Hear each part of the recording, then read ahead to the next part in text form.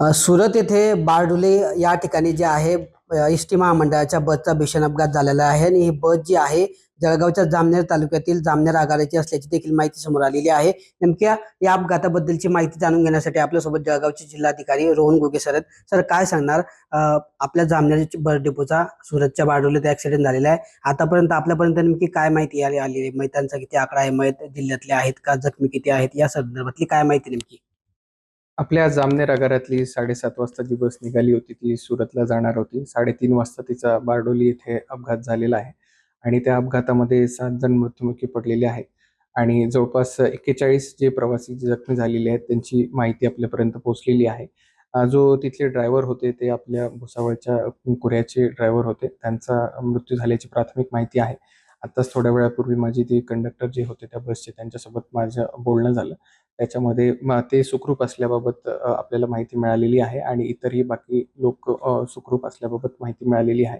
7 जणांचा जो मृत्यू झालेला आहे ते त्यांची बॉडी जी आहे ती जळालेल्या अवस्थेमध्ये असल्यामुळे त्यांचं आयडेंटिफिकेशन आतापर्यंत पॉसिबल झालेलं नाहीये।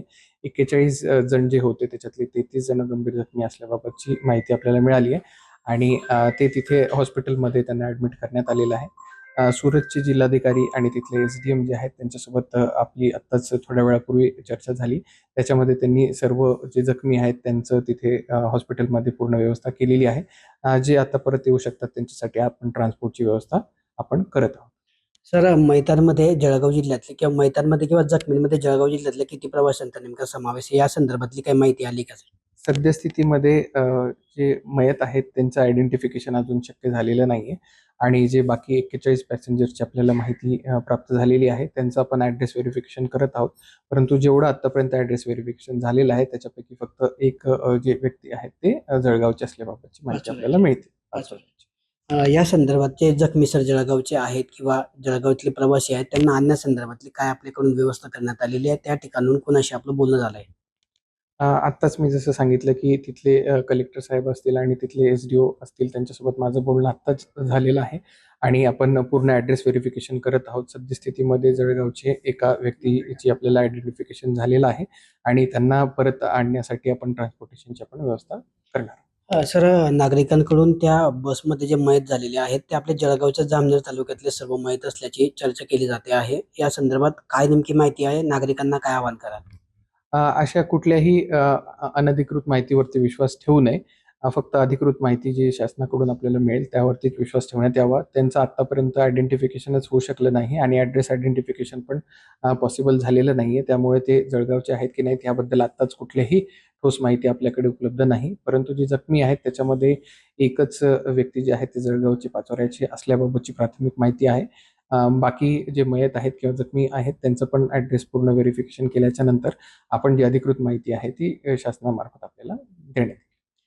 तर ही बस जी आहे ती सकाळी निघाली होती, त्यानंतर तिचा पुढे अपघात झाला आणि या अपघातामध्ये आतापर्यंतच्या अधिकृत माहितीनुसार या बसवरील चालक जे आहेत ते कुऱ्हा येथील रहिवासी असलेले घनश्याम बरकले यांचा यात मृत्यू झालेला आहे। तर जखमींमध्ये एक जण जो आहे तो जळगावच्या पाचोरा येथील असल्याची देखील माहिती समोर आलेली आहे।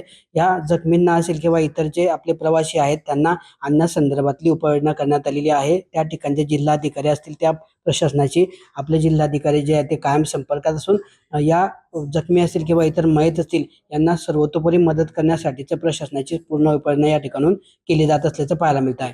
किशोर पाटील, TV9 मराठी, जळगाव।